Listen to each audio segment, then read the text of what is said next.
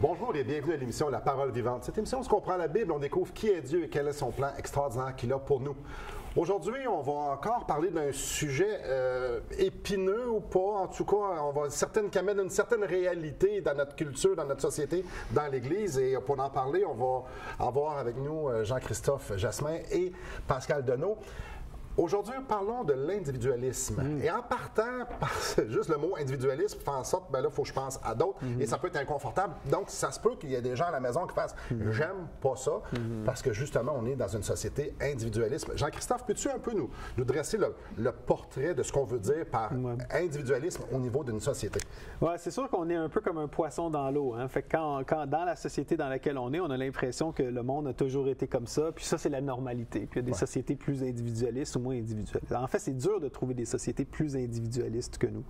Dans le sens que il y a un penseur français qui est Guy Debord qui a écrit La société de spectacle.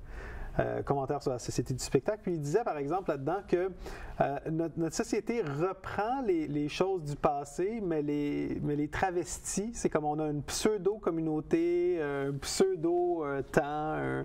Et donc, par exemple, au lieu de suivre les saisons comme le faisaient les agriculteurs, ben là, on a la saison des vacances, on a la saison des congés scolaires, mais c'est pas des vraies saisons inscrites dans le temps. Tu sais, comme notre heure du coucher et du lever est plus basée sur la nature ou sur le soleil, mais sur une heure, sur une montre. Mais de la même manière, on a une pseudo-communauté. Moi, je donne l'exemple du bye-bye. L'exemple du bye-bye où cette année, par exemple, plein de monde l'écoute tout seul, chez eux. Là, tu regardes une image sur un écran où ce que tu dis, ça représente, j'ai l'impression que ça représente ma communauté. Je ris. Je pense, tu sais, des fois, tu entends les faux rires en arrière-plan, là, des rires en canne. Tu as comme une impression de communauté, mais tu n'as pas une communauté. T'as comme dans une société de spectacle, c'est ça, c'est qu'on rassemble les gens ensemble, mais toujours comme individus. C'est pas on rit ensemble, toi puis moi, puis qu'il y ait comme une interaction. C'est vraiment, de plus en plus, notre rapport au monde, c'est moi tout seul avec un média, un écran, quelque chose. Puis c'est pas que c'est mal en soi, mais c'est pas une vraie communauté. On n'est pas en communion avec les gens qui nous écoutent en ce moment, mais on peut les inviter à une communion avec des gens, avec des églises, avec des communautés, mais c'est ça. C'est une pseudo-communauté. Je pense que l'illustration parfaite, c'est il y a quelques temps dans les restaurants, on pouvait avoir un couple, à la table, chacun avec leur cellulaire. Oui, ils se parlent pas. Donc, ils sont ensemble physiquement, mais sont en train de parler, d'aller chercher d'autres informations ailleurs, d'autres personnes. On est là. C'est vraiment spécial. Donc, on est individuel. Et on a juste. Oui, vas-y. Puis dans l'histoire du monde, c'est ça. Ce qu'on oublie rapidement, c'est que bien souvent, le facteur d'identité principal a été au niveau du groupe. C'est comme l'identité de groupe précède l'identité individuelle. T'sais? Donc, tu es un Israélite, tu es membre de telle tribu, ou tu es membre de tel village, ou de telle religion, de telle famille, où on passe Roméo-Juliette, tu es un Capulet ou un Montaigu. Maintenant, c'est comme t'es toi. Et là, comment est-ce que tu définis ton identité? Bien là, aujourd'hui, c'est tout sur des choses individuelles, sur ton orientation sexuelle. Ça, c'est vraiment un facteur important de l'identité, sur ton opinion politique. Mais ça met une pression énorme sur l'individu de trouver qui c'est que t'es. Avant, quand ton nom de famille, c'était boucher, mais normalement, c'est parce que ton père, c'était un boucher, puis le métier que tu apprenais, c'était boucher, puis ton rôle social dans la société était déjà défini. Le monde savait comme c'est lui qui va nous servir notre viande, c'est le boucher. Aujourd'hui, c'est comme, vas-y mon gars, t'es un individu, t'es libre, tu peux choisir ton genre, tu peux choisir ta carrière, tu peux choisir ce que tu veux, mais ça met une pression énorme sur l'individu de dire, mais attends, qui je suis, qu'est-ce que je vais faire, où est-ce que je m'en vais, qu'est-ce que je vaux, est-ce que ma valeur peut m'être enlevée aujourd'hui, et c'est pas un bug du système actuel, c'est aussi un moyen de contrôle. Parce que quand tu es un individu qui fait pas partie d'une communauté, bien, ton identité, on peut toujours te menacer de te l'enlever. Puis ça te rend à quelque part docile puis vulnérable. Bien, on peut juste penser, il y a quelque temps, le gouvernement a dit aux gens du service de santé, si vous n'êtes pas vacciné, bien, on vous enlève vos carrières. Je peux juste imaginer 2 médecins ou 2 infirmiers, infirmières qui se font du jour au lendemain se faire dire par le gouvernement, attends un peu, toi, ce que tu fais depuis 20 ans, tu ne l'es plus, ta source de revenus, tu ne l'as plus. Attends, puis à ce moment-là, on serait attendu à ce que leur syndicat ou leur ordre professionnel viennent les défendre, parce que c'est pour ça qu'on se mettait en communauté, mais là, c'est comme non, t'es tout seul. T'es tout seul. Pascal, dans l'histoire, un peu, comment ça se vivait, cette idée-là de vivre en société, de vivre dans une tribu? Jean-Christophe en a parlé un peu, mais je pense qu'on peut développer plus. Dans notre histoire ici au Québec, on voit que l'ensemble des villages et des communautés se sont bâtis autour des églises.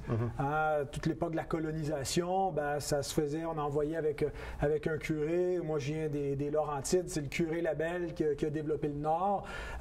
Mais avec cette idée qu'il y a des valeurs communes, il y a une croyance commune, et puis au centre du village, il y a le clocher. L'Église est en train de perdre un petit peu cet aspect-là de cohésion et d'appartenance parce que le christianisme est aussi infecté par l'individualisme où c'est chacun avec vit sa spiritualité parce qu'on n'a pas arrêté d'être spirituel entre guillemets dans la société, mais aujourd'hui on a des nouveaux gourous, on a des coachs de vie, on a tout les gens développent leur spiritualité, puis les églises semblent un petit peu comme embrasser cette vague-là en se disant on va donner aux gens ce qu'ils veulent. On va leur fournir un culte qui leur permet de rester chez eux ou de vivre la spiritualité. Finalement, on pourvoit à un service de cette façon-là sans qu'il y ait cette notion d'appartenance, de communauté, de redevabilité, de corps. Et c'est contre ce qu'est la nature de l'Église dans son essence, si on veut la définir bibliquement, si on croit qu'on ne peut pas réinventer l'Église. Toutes les images que le Nouveau Testament nous donne de la communion qu'on a avec Dieu ne sont pas des communions individuelles. C'est toujours collectif. C'est, par exemple, on est un troupeau, donc il y a plusieurs individus qui composent le troupeau, puis il y a un berger. On est les pierres d'un édifice, on est les colonnes. Donc, il n'y a pas de... La communion qu'on a avec Dieu, on ne l'a pas seul, on l'a au sein d'une communauté. Tous les mots vont ensemble, communion, communauté, et on est unis donc ensemble. Et ça, c'est un point névralgique que j'aimerais ça qu'on puisse revenir là-dessus. C'est justement, l'Église, c'est la communauté fait un. Et non pas moi, on est tous des individus qui s'assemblent, puis qu'après ça, on retourne dans nos vies. Non, le point central, la centralité de l'Église locale dans la vie du croyant, c'est justement ça. C'est je m'oublie moi et maintenant je fais partie d'un corps. Et je vais arrêter là, parce que sinon, on n'aura plus rien à dire après. Donc, c'est exactement ce qu'on va parler à la fin, pas à la fin, après la pause. Justement, cette idée-là. Cette idée-là que moi, individuel, je fais partie d'une communauté. Et c'est là que ma valeur, c'est là que mon identité m'est confirmée. Donc, restez avec nous, on parle de ça après la pause.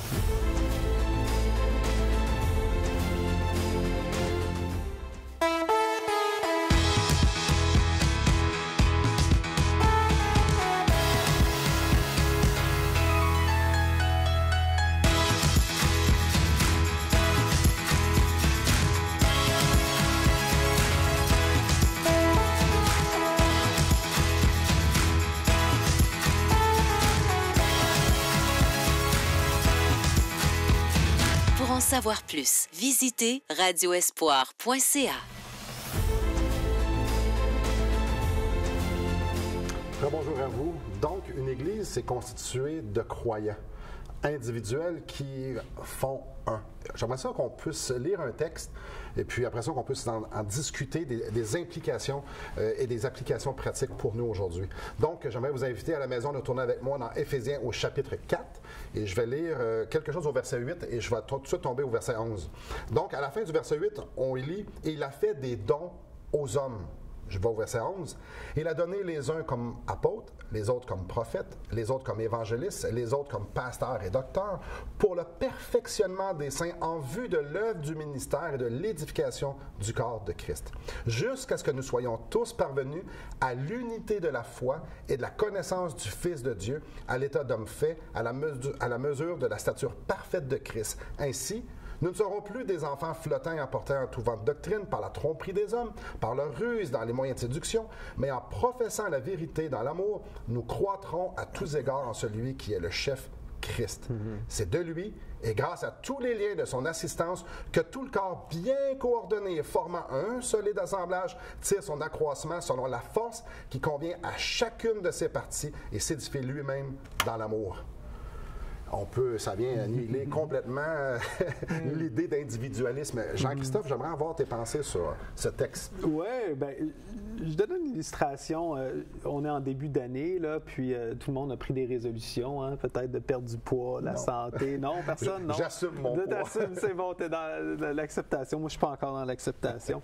Mais il y a beaucoup de pression dans la société aujourd'hui pour dire « Ah, mais il faut que tu trouves la motivation personnelle, tu sais, puis le coaching de vie, puis toi, dirige-toi. » Puis, mais ça vient juste pallier au manque de communauté. Tu sais, dans l'histoire, dans le passé, c'est comme, ben comment est-ce que tu deviens en forme? C'est en faisant partie d'une communauté qui se pousse à être en forme. Mais comment tu deviens pieux spirituellement? Comment tu grandis dans ta foi? Mais c'est pas quelque chose que tu fais tout seul en te fouettant dans ton sous-sol, mais c'est vraiment en partageant la communion avec des gens qui sont des modèles, avec des gens qui t'encouragent. Mais tu sais quoi? Aussi avec des gens qui te découragent, que toi, tu as édifié, puis à enseigner, puis à accompagner.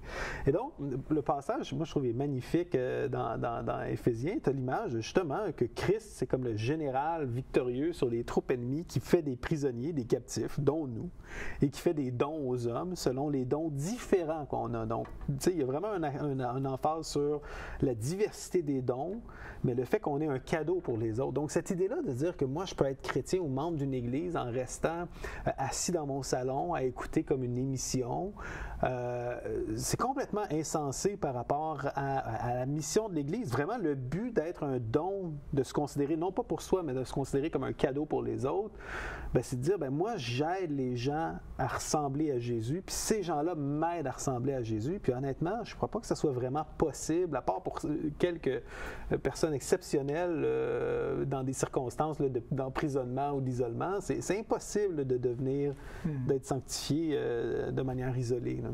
Ouais.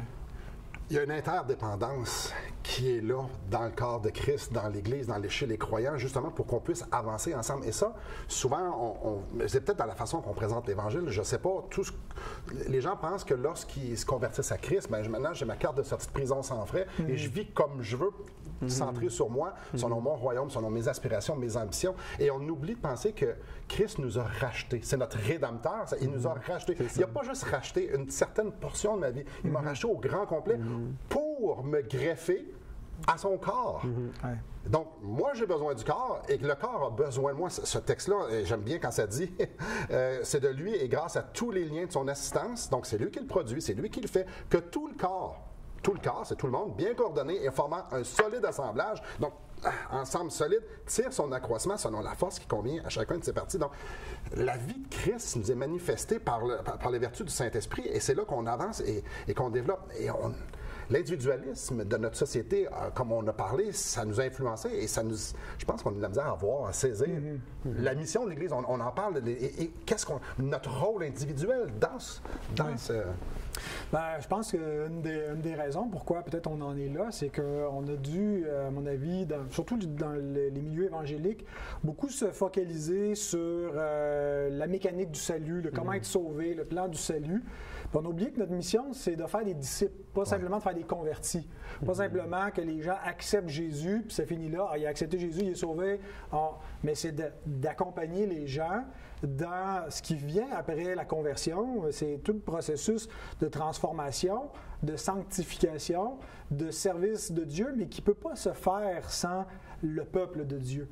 Et donc, il faut faire plus que simplement faire des convertis.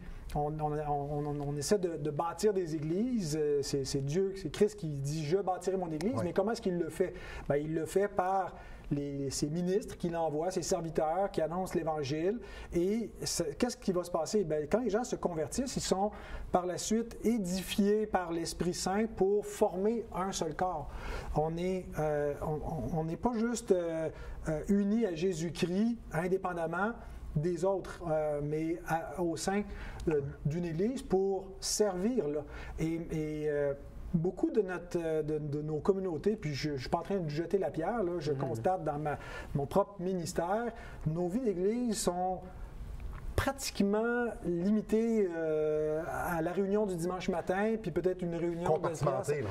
Mais il n'y a pas il n'y a pas d'un dynamisme très, très vigoureux. Je veux dire, si tout ce qu'on a comme vie d'Église, c'est avec ça qu'on a. C'est pas avec ça qu'on aurait bâti les civilisations passées, là, où on avait une vision vraiment un peu plus conquérante d'une certaine façon, puis d'être solidaires les uns les autres. Là, aujourd'hui, on a parlé beaucoup dans les dernières émissions du passeport vaccinal et tout ça. Moins une petite affaire qui arrive, bien, chacun s'arrange avec ses troubles. Il n'y a pas cette notion qu'on est solidaire, on va se tenir ensemble, quoi qu'il arrive, on va supporter s'il y a des persécutions à venir. Comment est-ce qu'on va se soutenir communauté? On est fragmenté, puis on est affaibli, je pense. Donc, comment, Jean-Christophe, le passeport vaccinal vient justement acerber cet individualisme-là au passeport vaccinal dans les lieux de culte? Comment ça vient comme mettre du gaz sur le feu? Oui, bien, c'est certain qu'il y a cet isolement-là. Je pense aux gens qui sont non vaccinés par motif de conscience. Mais en ce moment, ils vont se dire, si les leaders évangéliques, si ma communauté se dit, on peut se passer de moi aussi aisément, c'est sûr, ça les amène à se replier sur eux-mêmes, puis on cause un préjudice important à ces membres-là. Je pense qu'on ne reconnaît pas aussi qu'on dit, mais c'est pas grave, on peut aller écouter ça sur Internet ou à la radio. Je veux dire, comme Pascal l'a mentionné, on peut, pallier momentanément à ce manque-là, mais c'est pas une vraie communauté. Donc, le passeport vaccinal vraiment individualise, fait que comme selon quelque chose qui est sur ton propre corps, donc pas ton appartenance à une communauté, tu es exclu ou tu es inclus par rapport à la communauté. Alors que Dieu nous dit, je vous veux ensemble, accueillez-vous comme Christ vous a accueilli, le passeport vaccinal, comme ça vient d'être mentionné, ça nous dit, laisse-en une coupe. Alors qu'on a tous besoin les uns les autres, que les non-vaccinés ont besoin des vaccinés, puis les vaccinés ont besoin des non-vaccinés, parce qu'en fait, ça n'a rien à voir avec le vaccin. Ça a rapport avec, on est ensemble parce que Christ nous veut ensemble. Ça n'a rien à voir avec le vaccin. Le passeport vaccinal vient justement enlever ça pour en laisser certains pour les isoler. Isolés dans le corps de Christ. Wow, c'est vraiment bon pour notre société, c'est vraiment bon. Ça va dans le même courant que notre société, mais combien ça ne va pas du tout dans la même direction que Dieu veut qu'on ait avec son Église. Restez avec nous après la pause, on continue à développer ce sujet-là. Depuis maintenant 15 ans, nous avons l'immense privilège d'annoncer la bonne nouvelle de Jésus-Christ. Par la grâce de Dieu, nous avons fait plus de 500 émissions, distribué gratuitement des milliers de livres et que dire des centaines de personnes qui ont répondu par la foi à l'appel de Jésus. Aujourd'hui, nous aimerions inviter ceux qui ont reçu cette bonne nouvelle à faire équipe avec nous. Aimeriez-vous avoir un impact dans la francophonie pour l'Évangile? Joignez notre équipe en participant financièrement à la production de l'émission et en nous permettant de continuer à offrir de la littérature gratuitement à ceux qui sont ouverts à l'Évangile. Contactez-nous. Il nous fera plaisir de vous partager comment vos prières et vos dons peuvent faire la différence.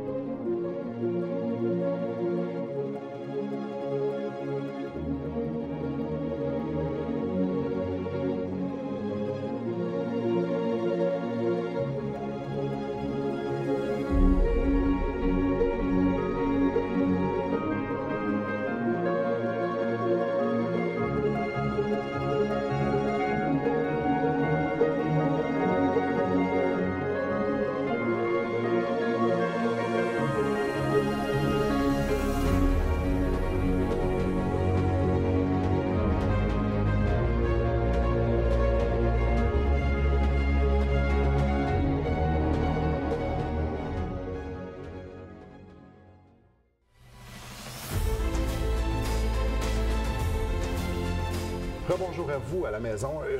On sait pertinemment que peut-être plusieurs d'entre vous, vous êtes à la maison. Peut-être que vous avez déjà été dans une église, vous avez été blessé. Vous avez essayé, puis c'était pas pour vous.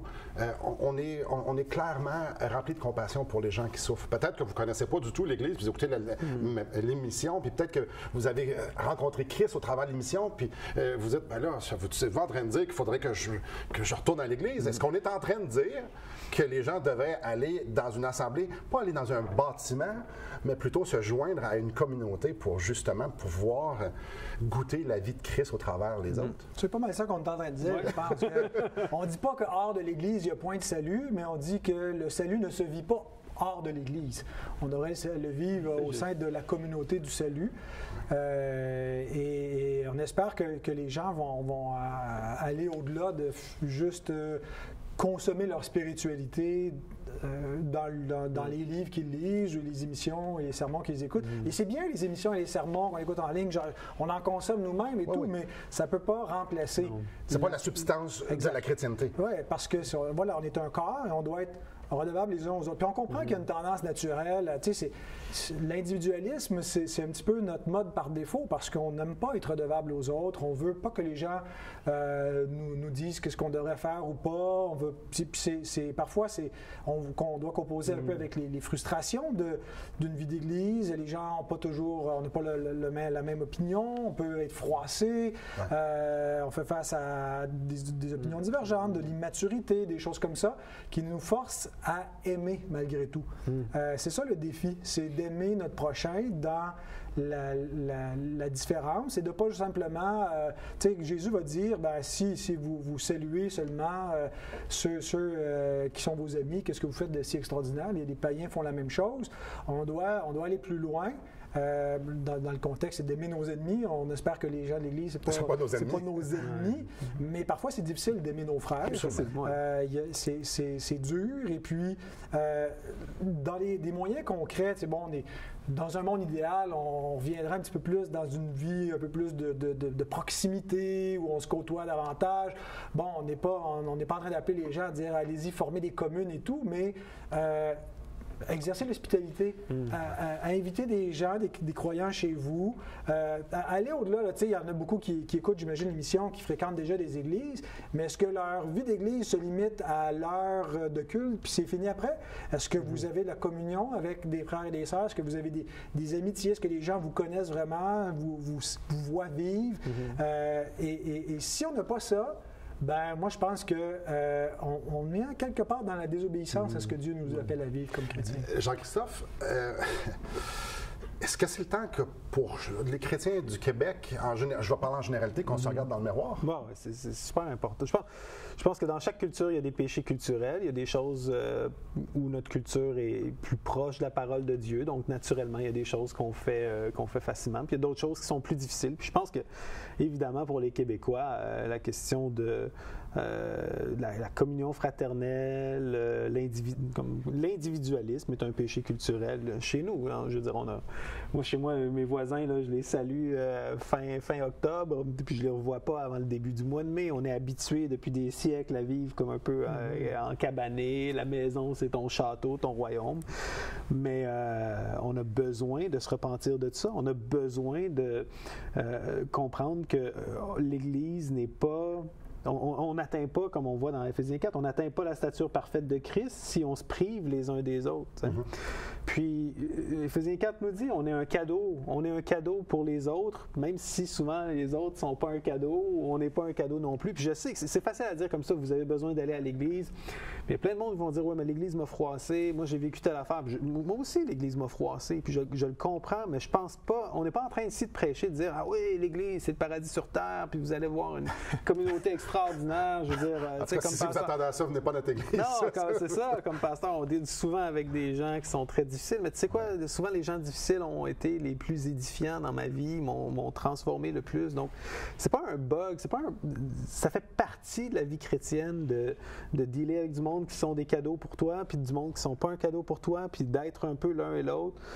Puis, moi, je pense qu'il en est de la survie de l'Église au Québec, de se repentir de notre individualisme. On ne parle pas d'aller vivre en commune, quoique ça pourrait être une idée, mais je veux dire, de plus se diriger vers la commune que vers chacun sa cellule individuelle, mettons. Ouais. De se rediriger quand même vers cette idée-là. Et de rester la tête froide et lucide par rapport à ce qu'on vit depuis 2 ans. Certaines personnes sont restées à la maison pour raison X, Y, Z. Sont restées à la maison, puis ils ont consommé l'Église. Ils ont consommé d'autres personnes qui vivaient l'Église. Ils ont consommé l'expérience d'Église de quelqu'un d'autre, puis on dit, ça me va. Il y a peut-être des gens à la maison qui écoutent l'émission ici, puis pour eux, ça, c'est l'Église. C'est leur Église. C'est leur Église. Non, c'est pas parce qu'on est dans une c'est pas parce qu'on est confiné que la pandémie vient accentuer cette idée-là d'individualisme. Puis en plus, on a des masques, en plus, il faut avoir de la distanciation et tout ça. Et ça, je comprends tout ça. Mais il ne faut pas se perdre là-dedans. Il faut comprendre que ça, il y a une grande probabilité que ça nourrisse la chair. Ça nourrisse justement ce côté-là, ce penchant-là culturel qu'on a en tant que Québécois de vouloir être individuel. Non, la pandémie vient juste brouiller un peu plus les cartes, mais il faut garder le regard à la bonne place de qu'est-ce que Dieu nous dit. On a besoin les uns des autres, on a besoin d'être ensemble. Puis vous en avez parlé, les deux. Est-ce que c'est un sport extrême? Clairement que c'est un sport extrême. Ça va faire bientôt 26 ans que je suis chrétien, puis fou! Puis c'est drôle parce que probablement qu'il y a beaucoup de gens que j'ai croisés qui font comme fou, oui, lui, fou. Mais on est d'une gang de pêcheurs ensemble. Certains disent vous êtes hypocrite. C'est vrai qu'on est hypocrite. Ah ouais, vous avez. On est une gang de pêcheurs ensemble. Tu colles ça ensemble, tu dis avancez, t'as des vieux, t'as des jeunes, t'as des différentes cultures, t'as des hommes, t'as des femmes. Bref. Avancer ensemble. Non, c'est pas évident. Non. Mais c'est ça le plan de Dieu. Oui, puis c'est vraiment une richesse. Je réalisais que beaucoup de gens en ce moment traversent la pandémie. C'est très difficile parce qu'ils n'ont pas de communauté. Ils sont en télétravail, voient peu de gens. Si tu es séparé, tu n'as pas d'enfants, où est-ce qu'elle est, ce groupe sur qui tu peux t'appuyer? Qu'est-ce qui te reste? Là? Ben, il te reste le virtuel, donc tu n'es pas en train d'avoir une communauté, mais un monde pour t'évader. Et les chrétiens sont privilégiés, on ne réalise pas que c'est vraiment une grâce d'appartenir à un corps de gens avec qui on peut prier, qui prient pour nous, qu'on est redevable, qu'on peut s'encourager. Il y a des besoins concrets des fois. On a eu des gens qui ont été malades, qui ne pouvaient pas aller faire les courses ou qui devaient s'isoler à cause qu'il y avait la COVID. Si tu n'as pas de famille, là, qui va aller te chercher ton épicerie, et ainsi de suite? Bon, il y a encore des bons samaritains puis de l'altruisme aujourd'hui par la grâce commune de Dieu, puis on a vu des beaux exemples même dans la société. Mais l'Église devrait être un modèle par excellence de ce genre de soutien de vie en communauté qui est un exemple dans le monde. Jean-Christophe, d'une façon brève, Jésus a dit « Je bâtirai l'Église ». Cela n'implique pas qu'il veut rassembler tout le monde pour bâtir quelque chose? Oui, il nous assemble comme un temple, comme des pierres vivantes qui se bâtissent, qui s'appuient les uns sur les autres. Je pense que de regarder l'Église de loin tout seul, c'est un peu aussi absurde que de penser devenir joueur de hockey en écoutant le hockey à la télé. Je veux dire, ça ne l'exclut pas. Tu peux être joueur de hockey puis écouter le hockey, mais il faut que tu joues. Puis c'est ça. Dieu nous invite là-dedans. Ouais. Mes chers amis, chers frères et sœurs, Jésus a dit « Je bâtirai mon Église ». Il est au milieu de son peuple, alors qu'il les fait grandir, alors qu'il produit tout ce qu'on vient de mentionner au fil des dernières minutes. Mes chers amis, si vous êtes à la maison puis vous connaissez Jésus-Christ, votre place, c'est d'être collé avec vos frères et sœurs. Pas nécessairement des amis, vos frères et sœurs, ceux qui sont différents, ceux qui vont vous emmener ailleurs, ceux qui vont vous pointer par Christ, par leur péché ou par la grâce qui vont vous manifester. Mes chers amis, allez vous coller sur d'autres frères et sœurs. C'est là que la bénédiction de Dieu repose. Merci beaucoup, messieurs. Merci. Merci beaucoup à vous et que le Seigneur vous bénisse.